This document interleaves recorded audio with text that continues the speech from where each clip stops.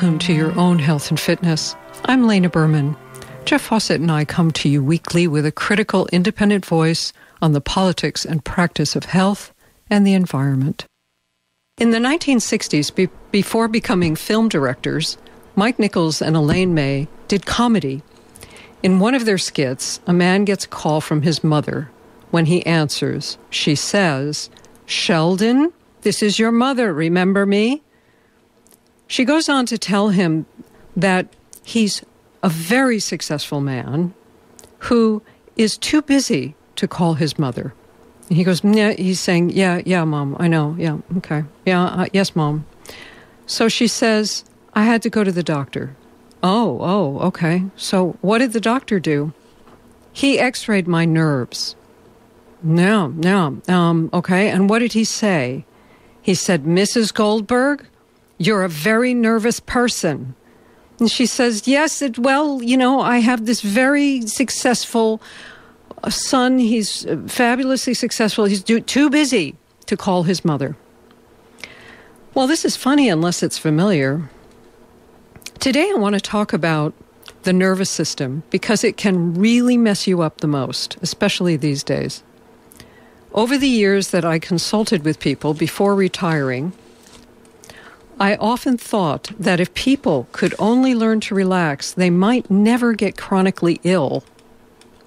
This hour, I'll be attempting to make the nervous system more scrutable and offer some choices to you so that you might protect the delicate balance that all of your systems require to keep you running like a finely tuned watch. Today, your nervous system.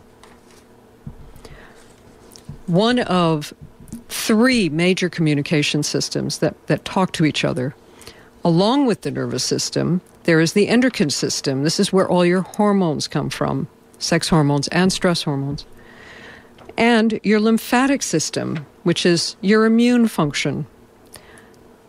All of these are carrying systems. They talk to each other. So, for example, in your midbrain, the hypothalamus, which is part of your emotional brain, talks to your endocrine system. Again, the hormones, especially under stress. Your lymphatic system releases cytokines or killer cells when you're fighting an illness.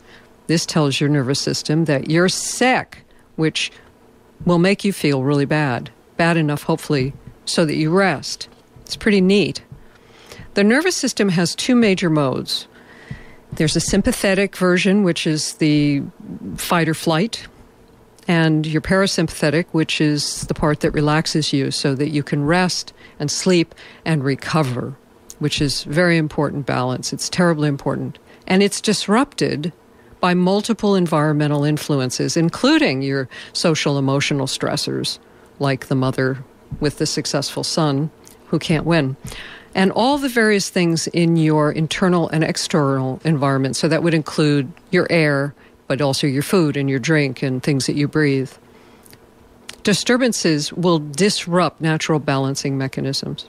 So you've heard me go through this again. Your stress, your response to stress goes in peaks and valleys. So you respond to a stressor, you get a gush of adrenaline, and then cortisol moves in. And cortisol is a natural inflammatory, and it also gets blood moving to the large muscles, so you can get away, you can run away, or fight if you have to.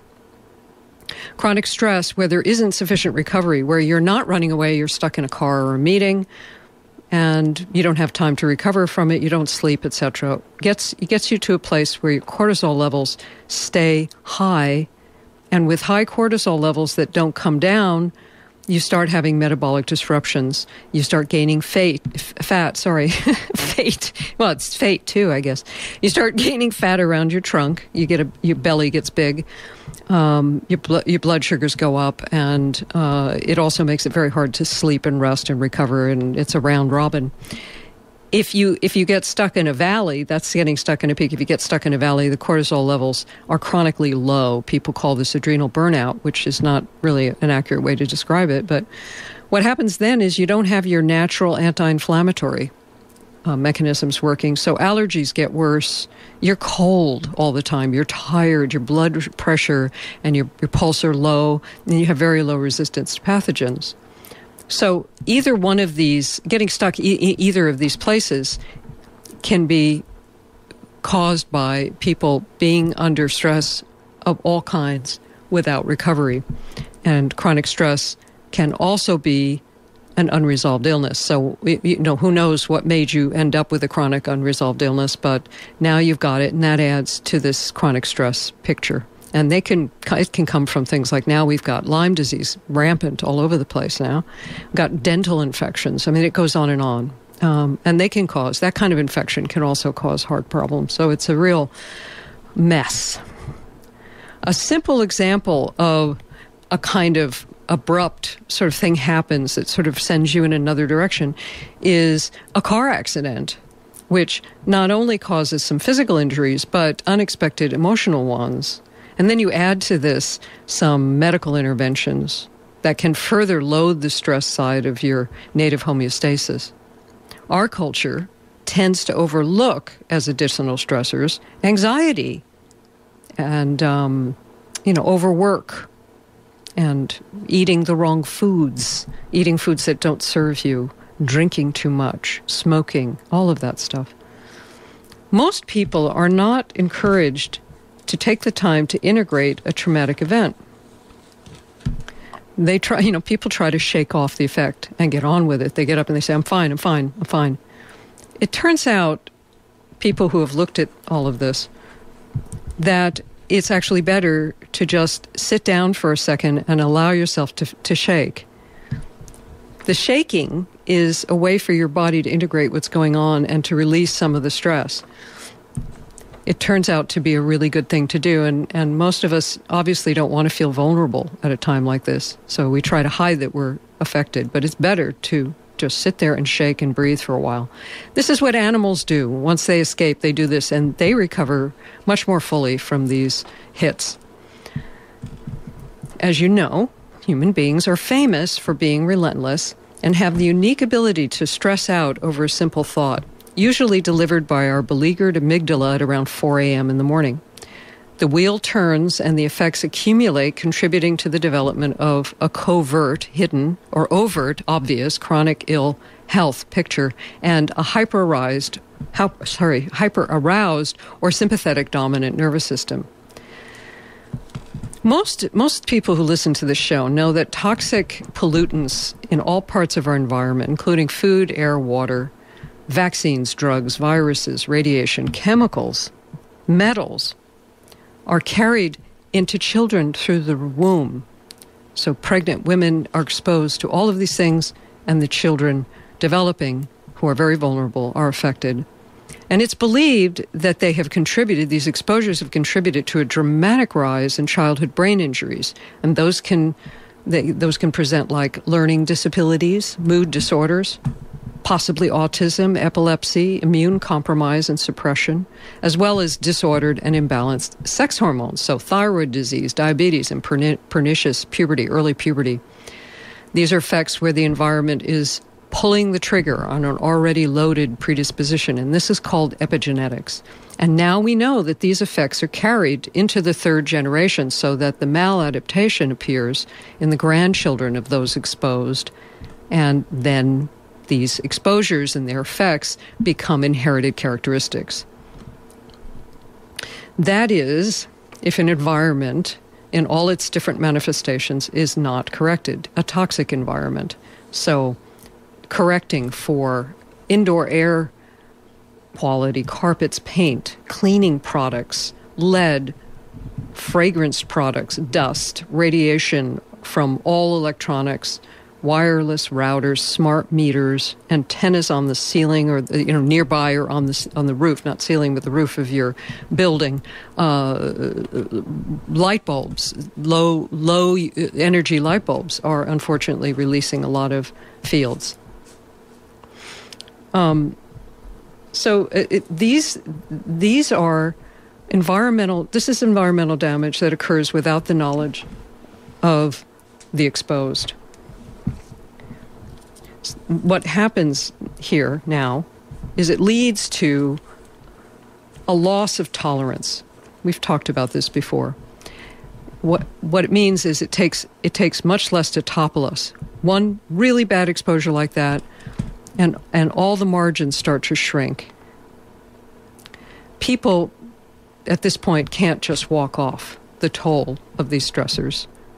The nervous system, the hormone system, the cardiovascular systems do what they can to adjust these exposures, and they may end up causing some dramatic symptoms. So, loss of tolerance, toxicant-induced loss of tolerance. So you end up having things that you don't quite figure on having. You don't know where this is coming from, but you start getting heart symptoms, palpitations, arrhythmias, high blood pressure, and in some cases, heart attack. But the path to recovery is generally not to suppress the symptoms with aggressive treatments.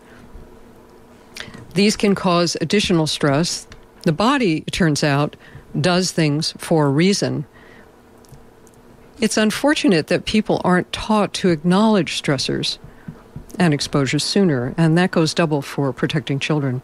Now, one example of the body does things for a reason is recently Jeffrey did a show with Stephanie Sendiff, who talks about the importance of sufficient sulfation in the body, which is unfortunately sometimes disrupted and impossible for the body to do properly after exposure to glyphosate pesticides like Roundup. It affects this. But one of the things that she discovered that's really remarkable, it's one of these examples of body does something for a reason, is the importance of a substance that can happen. It's something it's a type of cholesterol. It's cholesterol sulfate. So it's a sulfur-containing version of cholesterol that's protective to the heart, it turns out. And indeed, when the heart's under stress, or even during a heart attack, cholesterol sulfate goes up, and it's not understood as a protector. Ways to increase the cholesterol sulfate in a non-invasive way is to get some sun exposure. Just enough to have a light tan, because it's made in your skin. And it turns out, it looks from the literature as though this is protective. So the body will cause disruptive heart symptoms sometimes in an attempt to produce cholesterol sulfate, in an attempt to protect itself, and how much better it is to reduce your exposures and get out in the sun a little bit. Now, as I said, the real double whammy is children who are developing. So the earlier these assaults are dealt with, and the less likely their effects will accumulate, leading to an entrenched physical and psychological intolerances and symptoms. To some extent, as you may know, this is where I'm going, exposures are avoidable. So I'll remind you that this discussion is focusing on the nervous system, because disturbances that affect the nervous system undermine all the other critical systems who have a handshake with each other. So, as I mentioned before, you have a lot of stress. It's going to affect your hormone production. In fact, if your cortisol is really high, your thyroid hormone doesn't work well. And indeed, if it's low, your thyroid hormone doesn't work well. And your sex hormones get interrupted, so that you don't have the protective effects of your testosterone, progesterone, estrogens, various sex hormones. So these things are all handshaking. They're all trying to protect you.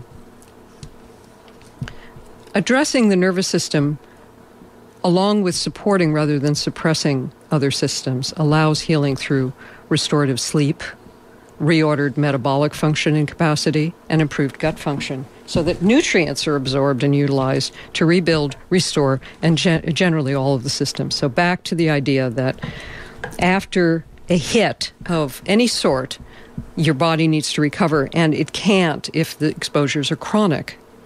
Chronic exposures, chronic environmental exposures, chronic emotional exposures. So let's think about what things are avoidable. I might, at this point, just remind you that you're listening to Your Own Health and Fitness. And I'm Lena Berman, and I'm lecturing alone today on your nervous system. Okay, avoidable exposures. In the last 20 years, industry and the telecoms and the military have increased human exposure to radiation that in a way that's not designed or delivered to us in ways that are native to us and to life on this planet. We are electric creatures. We are exposed to electromagnetic radiation, but the type of fields, the how can I explain this? The quality of the way that they're designed and delivered, they're pulsed. The fields are not the same as the ones that we grew up around, and there are layers and layers and layers and layers of them. And we're finding a dramatic increase in the number of people who are becoming intolerant because of this, because we keep adding more and more and more and more. So to remind you, these are not voluntary exposures for most people because it's just everywhere. Microwave radiation, digital revolution, it's failed in all critical and current research to be safe. No matter what the industry findings are showing you, if you look at independently funded research, you will find that it is not considered safe at any level, that the low levels cause, in some cases, even more mischief, and certainly layers and layers. So it's very interesting that the director of the National Toxicology Program, federally funded, $25 million, 16-year-long study, stopped it early after just, a year or something, stopped to do a press conference because what they found, this is the largest study ever performed on the health effects and it's a whole body exposure. And it is such an expensive study, it's not likely to be repeated. It's the one that everyone has been waiting for. Now, when we talk about cell phone radiation and whole body exposure, remember that this is what they're studying here now, but this is only one of many devices and rampantly developed infrastructure that's proliferating around us, that exposes us. I mean, we've got smart meters, and it goes on and on. It's just layers and layers and layers. What they found in this study, this huge study, after only a year, which just really confounded them, they were really shocked, was they found cancers of the brain and the heart, very rare cancers of the brain and heart, that developed very fast, and this is very conclusive. And they never imagined that this was going to happen. They were so impressed. As I said, they released early results in a press release in order to affect public health standards. I mean, they felt something should be done about allowable limits, especially for children. Well, as you may know, we were just about the only people who actually talked about the study and covered what exactly they found. The rest of the media basically ignored this piece of news, and people said things like, "Just don't put your phone against your head," which people continue to do. This is a travesty, I have to say, but it's going to, the study is ongoing, and it will result in more alarming results, since there's usually a longer latency period for cancer to develop. So that makes their early results all the more frightening. Documented effects on humans and even more vulnerable children with developing brains and body mass are, along with the cancers, and now we're seeing a lot of early autoimmune diseases, very rare autoimmune diseases in younger and younger adults and children. But some of the symptoms, again, are hyperarousal, so you're wired. Even though you're using wireless, you're kind of wired, and it's kind of fun, but then you can't sleep, and then you're anxious, and maybe start to develop some depression. There's dizziness. There's tingling in the body, quality of heating on the skin rosacea and skin effects, tinnitus, ringing in the ears, and certainly lots of different heart symptoms like fibrillation and palpitations and high blood pressure. People have gastrointestinal symptoms, lots of trouble with their digestion isn't working right. And I mentioned the skin stuff, including an increase in melanomas, skin cancers. Also blurred vision and decreased fertility for men and breast cancers in young women. Now, you may have noticed that several of these symptoms, like the heart symptoms, are related to the nervous system. And in fact, exposure to devices, smart meters, towers, antennas, and all their infrastructure cause a sharp rise in heat shock proteins, which are an early marker of a strong stress response in the body. And to that, one of the places we see it is the mast cells in your skin, which are an immune system marker, become granulated and inflamed, which indicates that the immune system is reacting to a very powerful stressor. So let me say this.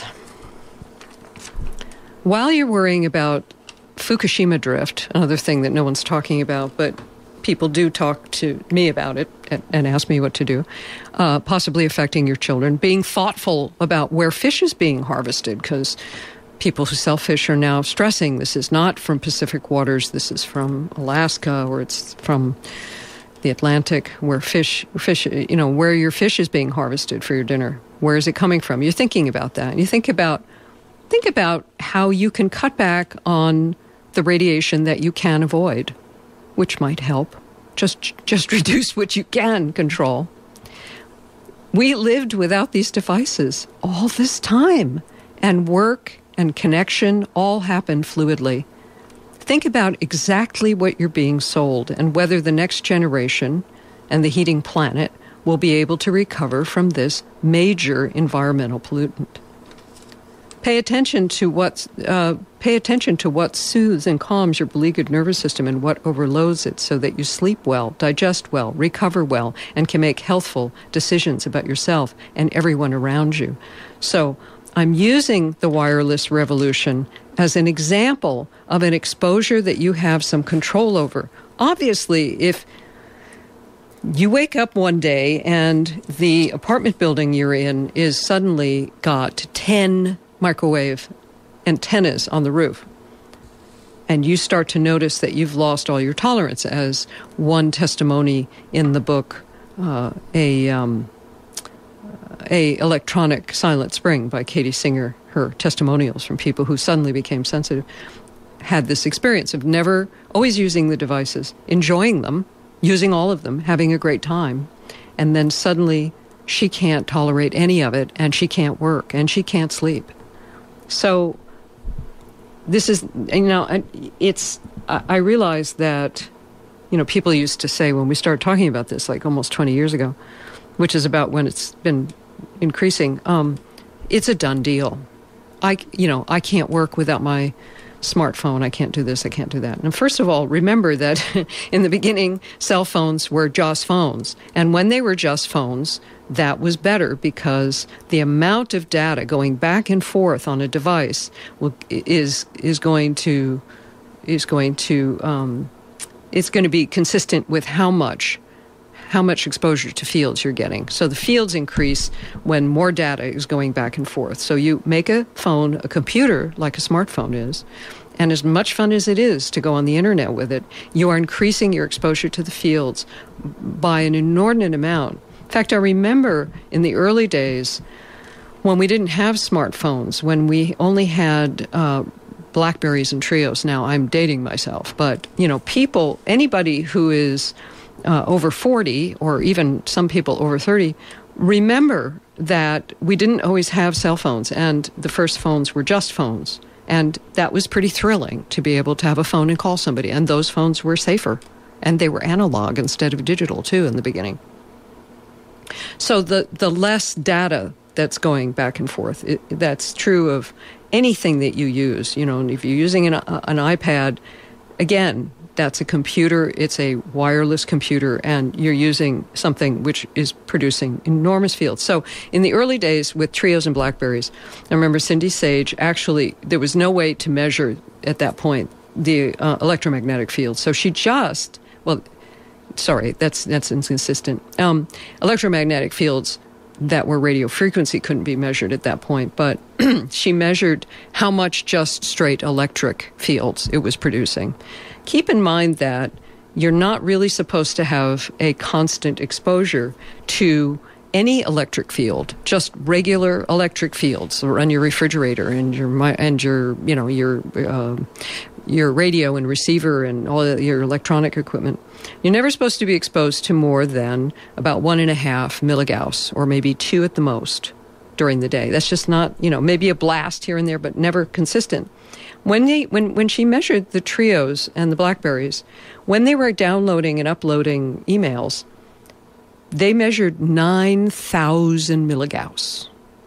So that smartphone is not just producing general, radio frequency, which is huge amounts. And all this SAR stuff of, it has a lower SAR rating, is based on a synthetic head that's supposed to mimic a man's head. So it's bigger than a woman's head or a child's head or any of this stuff. And so it's pretty useless. So looking for a phone with a low SAR is not very helpful. The most helpful thing to do is to use the simplest devices you can, excuse me, to unplug at night, to take your devices and put them in, turn them off, put them in, airport mode. They never go completely off. They're still looking for a signal. But get some shielded bags, or even use aluminum foil, and keep them in that. Keep them out of your bedroom. Unplug your wireless router from the wall at night. Or better yet, you can buy wired routers. There are some available. But maybe you're only using one computer in a household. And in that case, all you need is a wired modem. And you can find them, but you have to ask very pointed questions to people. You have to... And don't be shy about saying that, it gives me a headache, or I have trouble sleeping, or any of that kind of stuff. Remember that we're up to about 1.2, this was a few years ago, 1.2 million Californians, just California. Californians are sensitive now, are electromagnetically sensitive, are very sensitive to this stuff and can't basically use it, and are basically disabled this way. So wire up where you can. Keep things away from your body. Drop off is good. If you have things with AC adapters, those boxes, if you plug them into a power strip or something, keep it away from your body. Use halogen light bulbs. Don't use LEDs. They were great when they started. Now they're extremely high in radio frequency, and the compact fluorescents are really a nightmare. But just use less. And do less of this stuff, because it's prudent. It's prudent avoidance of obvious controllable exposures. And there are others, there's things in your food, in your water, in your air, in your built environment. So, prudence would say avoid chemicals like pesticides and insecticides. Don't spray ants with insecticides. They probably don't care about the pesticides. Insecticides, because it goes into the wood in your house. Even some of these orange oil products are still somewhat toxic. So be very thoughtful about how you do that. There are borates, which are not toxic to us, which can be used this way. Don't use fragrance products. Filter your water when possible. And if you need to, filter your indoor air, too. Because there's just all sorts of things in indoor air, from new carpets and furniture things and flame retardants, and it's a big deal. Take stock of how you might be able to mediate. Indeed, forgive me, because I'm making you more worried, your worries about the things that seem beyond your control. And you can do this by connecting in your immediate physical environment with others who are also concerned. Take control over what you can, whether it's disaster preparedness with your neighbors or sharing food that you can grow with what others are growing.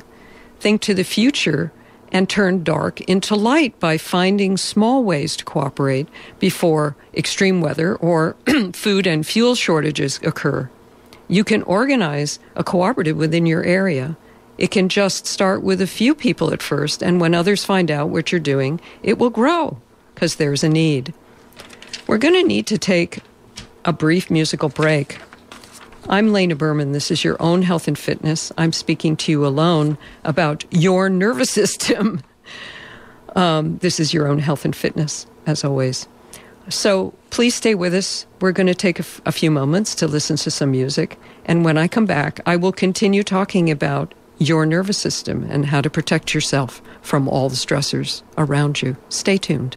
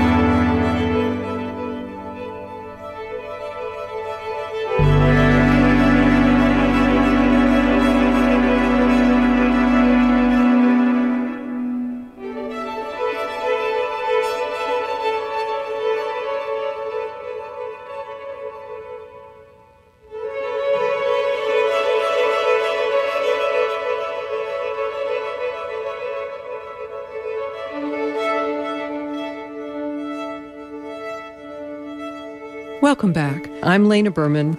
I'm doing a lecture to you alone today called Your Nervous System.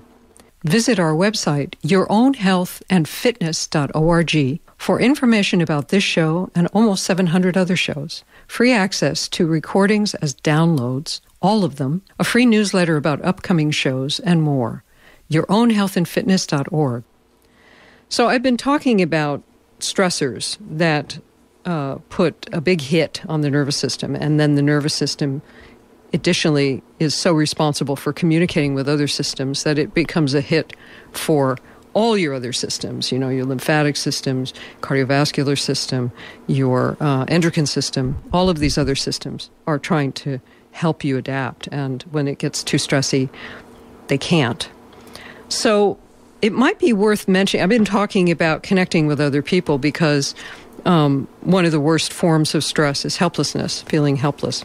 And boy, we've got more than enough of that going around right now. So connecting and getting involved, despite the fact that sometimes it isn't an obvious thing that you feel like doing, and you may not want to do it all the time. You might want breaks. But it's terribly important. But it does pay to mention here some other forms of stress that people may not associate with stress. And one of my other favorite stressors to attack is pharmacology, pharmaceuticals in particular. But any kind of psychotropic, anything that you use that's psychotropic or is likely to have a downside.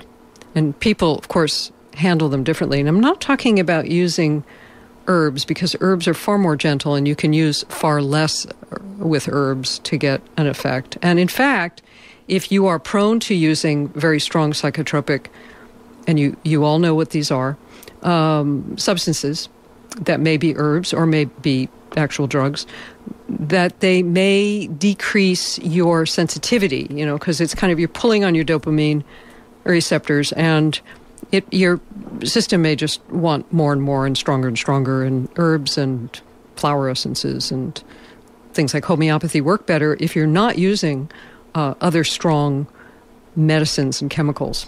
Certainly, pharmacology is a slippery slope. Now, we just, I get contacted by people who are in the middle of some kind of now at our age, as we get older, some kind of critical diagnosis, and they're making a choice about whether to dive in and do invasive treatments, which involve lots of pharmaceuticals, or, they're making these choices. And some people choose not to. They choose to go a more natural route. Some people choose to dive in. And generally speaking, what I see is that I don't see good outcomes with psychotropic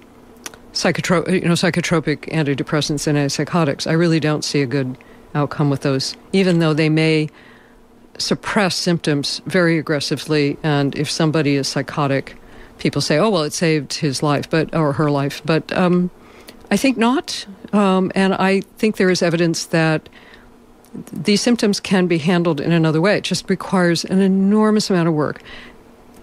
And it may be also that it takes a lot of time to find the right thing. But generally speaking, pharmaceuticals of all kinds are kind of, as Jeffrey used to say, coming in like firemen and removing the smoke and leaving the fire burning. So it's worth thinking about. Another obvious thing is addictive substances. And boy, there are a lot of those, aren't there? I mean, you might just find yourself sitting on the internet following links for hours and hours and hours and hours. And people talk about resenting that. That's an addictive substance. The producers of these devices, these various these and that's, know from their own research that it has an addictive effect. People actually get very upset when you take their phones away from them and stuff. But any addictive substance is a form of, and including the internet, is a form of self-medication. And when times are tough, you're going to look for, some people are just going to look for a jar of peanut butter or a half gallon of, or a pint, if they're prudent, of Haagen-Dazs. Well, Haagen-Dazs isn't organic, some organic, wonderful organic ice cream or something.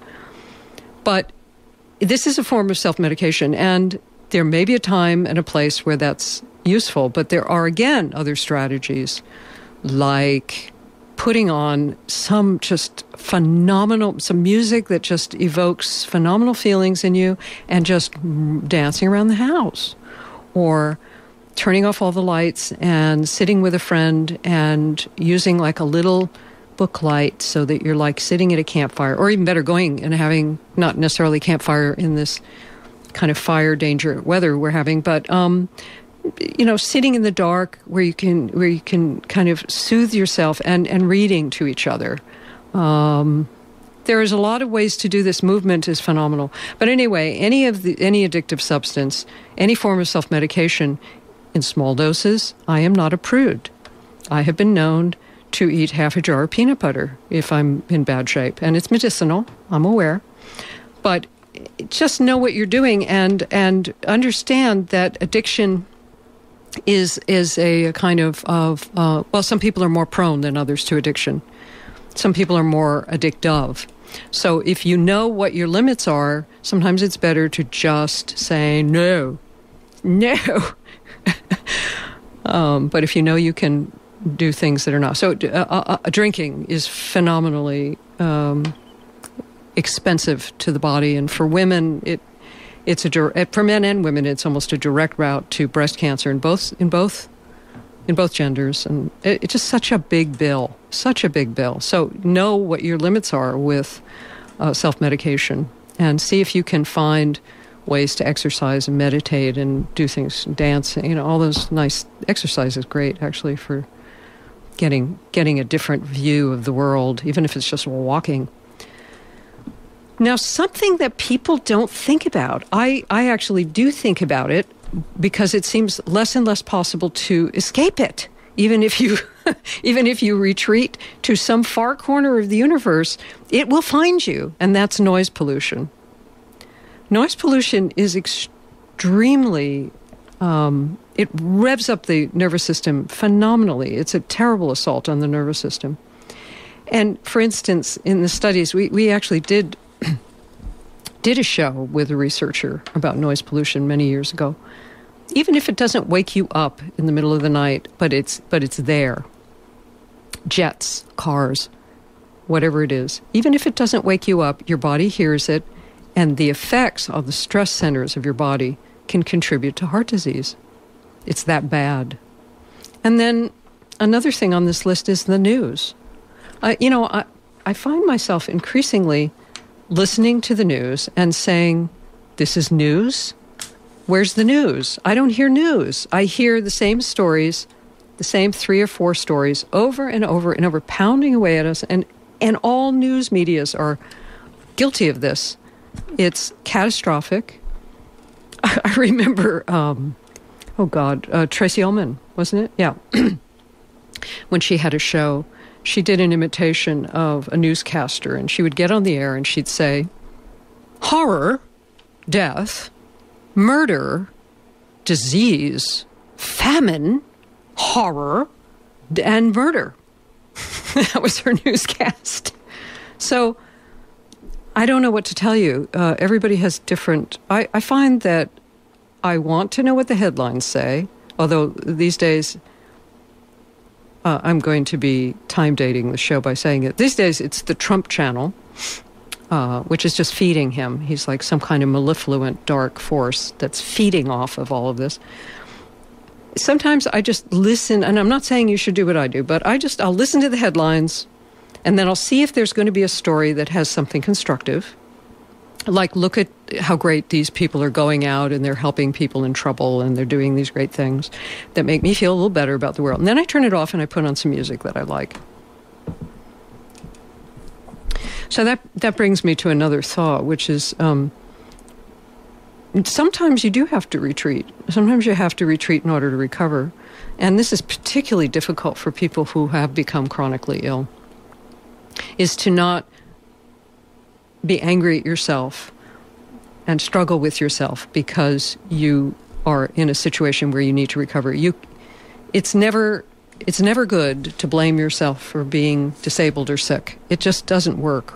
The best thing you can do is to think about what you do have, to try to concentrate on what things are still working, what function you still have, and work on getting better, which means to rest and recover and feed yourself and do various things that help you personally. But in general, with people who are dealing with being stressed out by the world and the environment and all those other things that I mentioned, staying engaged helps because, as I said before, it prevents a form of learned helplessness, which is corrosive to everything, to your stress, your endocrine system and all the rest of it, and your heart and everything.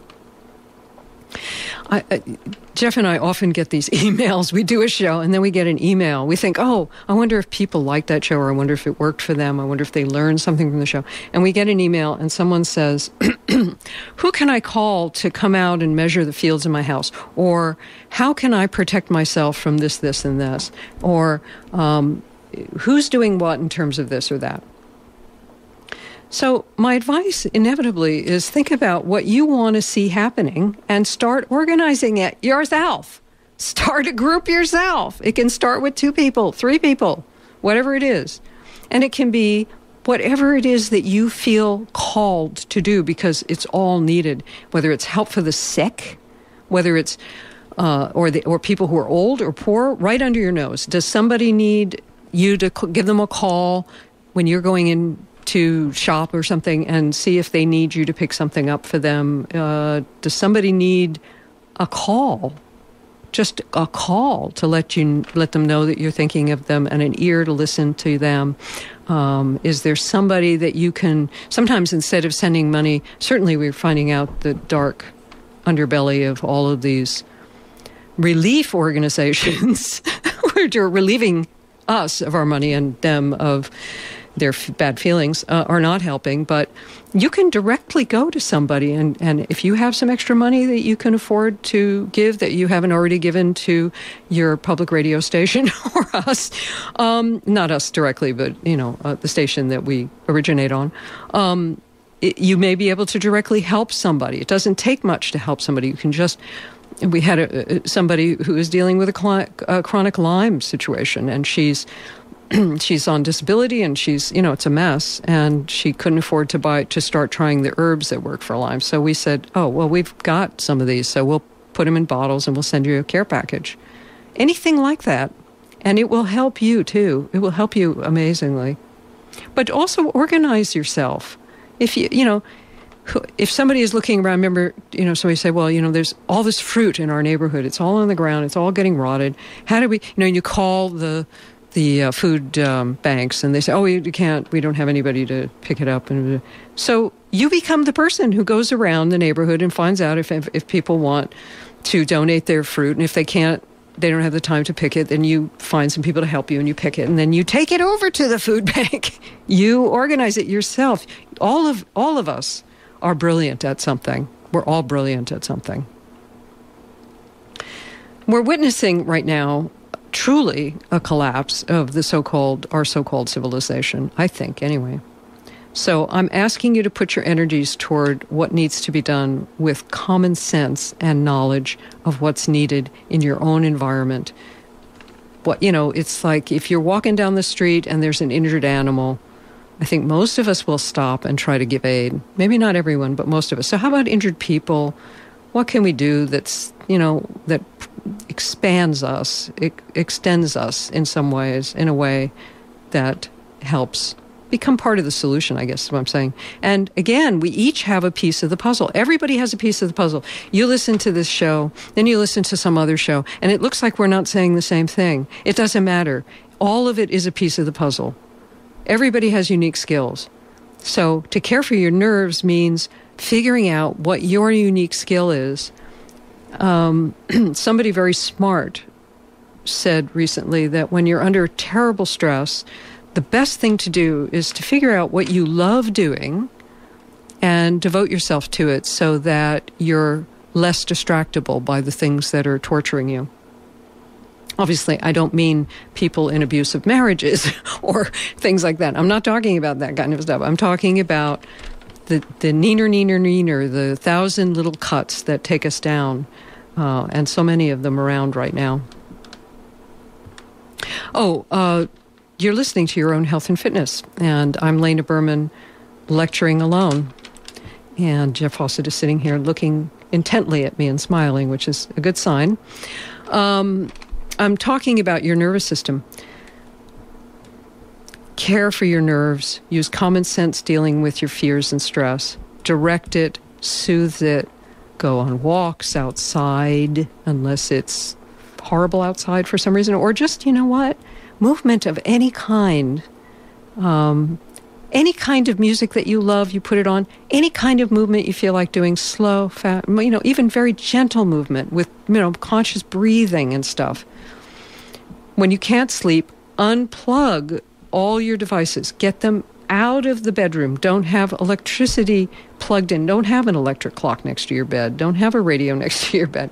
Move all of that away from your bed and put devices out of your bed and put them in shielded bags or aluminum foil and turn them off.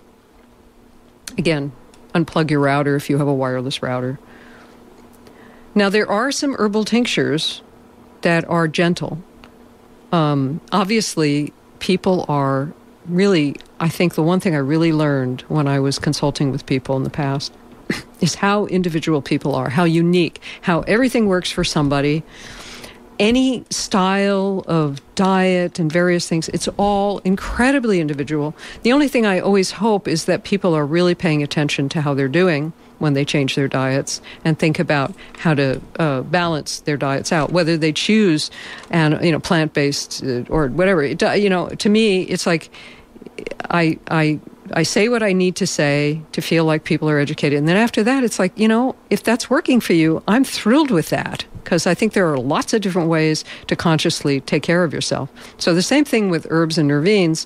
They're incredibly individual. And part of it is assessing your terrain, because herbs can be heating and cooling and all this. It's true with food, too. You want to find out, are you someone who needs heat and stimulation because you're kind of collapsed and cold? Or are you somebody who's already pretty stimulated and sympathetic dominant? What you need is calming and cooling. And that can be true in herbs and food and all sorts of things. So some of the nervines, I have found one that I like, but again, I'm me. But catnip tea, your cat will love you. Actually, my cat doesn't care. But catnip tea You just need like a quarter of a teaspoon for 6 ounces of boiling water. And then I would advise not to drink the whole cup unless you really just need to be knocked out. You're just, you need to just conk out. I find that if you sip a little bit of it, like an ounce or so of it, at night when you want to sleep, or if you wake up during the night, you have a little more of it. It also, if you have a sip of it or 2 sips, if you're going into a stressful situation, again, not going to work for everybody, but it's a good one. Or, you can also look at herbal tinctures. You really don't need much. I wouldn't take more than 5 drops to start out with, and sometimes 1 drop can have an effect, depending on what you're trying to do. There are also homeopathic doses of these things that can be found sometimes. But, 1 to 5, if you're in an intractable case, maybe half a dropper full, but, often not even, but always start with less. So some of these are skullcap, which is, one thing that's nice about skullcap is that it doesn't put you out. Like some things are very strong, like passion flower, for instance, which is very good, but is likely to actually put you to sleep if you take enough of it. So for getting you to relax a little bit and still be conscious. And also, this one is something you can use with animals too, skullcap. But small amount, passion flower, very good, very strong sedative kind of quality. Another thing that's remarkably helpful that people don't think about is bathing in Epsom salts. It actually helps ground and rebalance the body when it's been exposed to fields. It also is good for getting magnesium in. When people have trouble taking enough magnesium, they get gassy or something. They take a lot, but they need it. It's very, very helpful. It's also good for aches and pains. Now, I would be remiss. It's obvious that watching out for overstimulating foods and drink, especially before bed. I think people know that, but But again, there are people who can drink a cup of coffee and go to sleep. I don't know those people, but there are people like that. So I would be remiss if I didn't attempt to talk about dietary strategies. And again, I almost thought that it might be interesting at this point in my career to do a show that says, I take it back. No, I don't really take it back, but I've discovered that not everybody needs the same diet. It doesn't matter what your proclivities is or your emotional proclivities in terms of people's health, in terms of rebalancing them and supporting the amount of stress they're under, the amount of physical exercise and movement, and how much what they need. It's so individual. So the things to really pay attention to is, discrete food allergies, as I've also said, because that will either put you to sleep or throw you into a state of anxiety and depression. It was always the first thing that I did with people who had kind of, what is going on with me? I don't know what's going on with me. I would put them on a sort of paleo-style diet. We used to call that the cave person diet, where you have less foods that were grown with the advent of agriculture, because you're reducing some of the foods that are highly allergic, like grains and corn and dairy and things like that. But again, not everybody's the same. But you kind of rule out food allergies. Do you feel sleepy after meals? Do you feel depressed after meals? Your eyes feel itchy? And all that. What's your gastrointestinal function like? Again, are you someone who needs cooling and calming? You probably know who you are. Or do you need heating and stimulating? So do I need to say this? I mean, obviously, a person who needs cooling and calming, cooling foods, apples, cucumbers, mixing foods that are cooling and heating, like if you want to have some animal protein, you may have it with some vegetables that are cooling. You start to learn about these. There are books on Chinese medicine books have descriptions of this kind of thing. Heating and stimulating, those people can go for it and have spicy foods, but the other people, cooling, calming, as my acupuncturist used to say, no spicy. So heating and stimulating, people who can sleep on an airplane, in the car, anywhere. Those might need to, garlic and. The other thing is paying attention to your tolerance for sulfur-containing foods. So a lot of proteins are sulfur-containing. all those cruciferous vegetables that are good for you, onions and garlic, which are supposed to be wonderful for you. But if you're someone who got sprayed with glyphosate because your neighbor was using it or something like that, you may not be able to eat those foods. So notice that too. I want people to eat nutrient-dense foods, organic, unsprayed.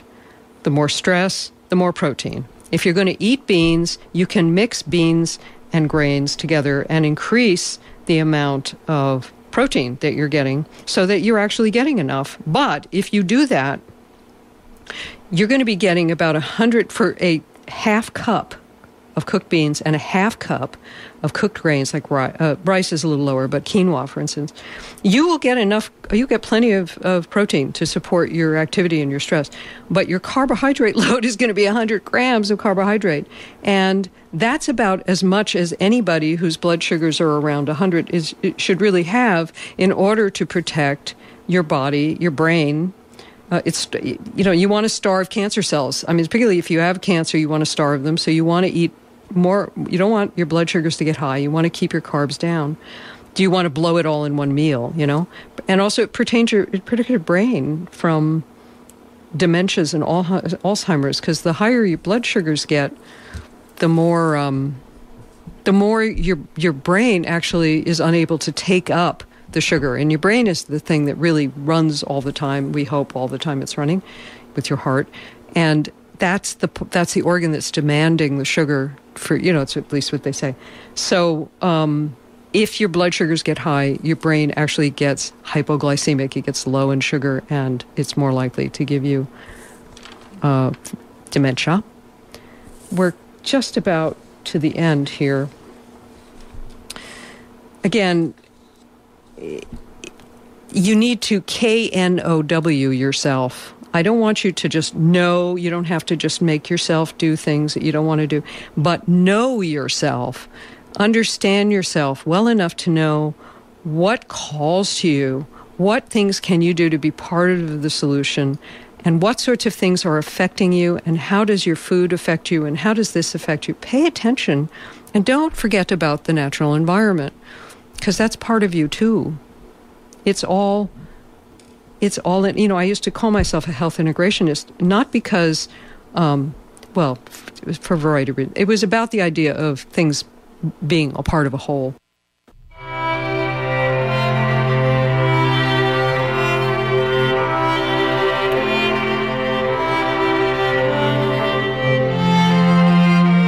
Thank you for joining us today. Visit our website, yourownhealthandfitness.org, for information about this show and almost 700 other shows, free access to recordings as downloads, all of them, a free newsletter about upcoming shows, and more. It's all at yourownhealthandfitness.org. Your Own Health and Fitness is produced by Lena Berman and Jeffrey Fawcett. Being informed not only protects your health and your environment, it protects your freedom.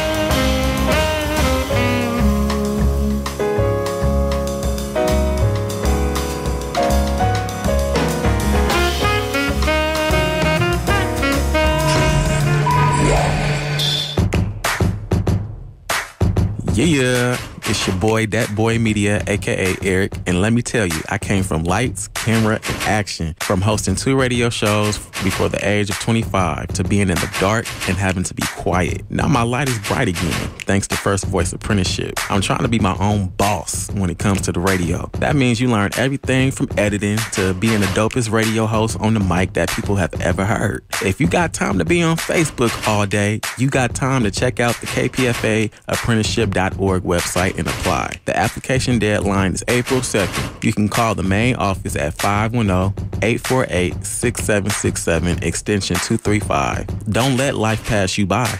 I didn't. Go ahead and apply. Again, apply at kpfaapprentice.org.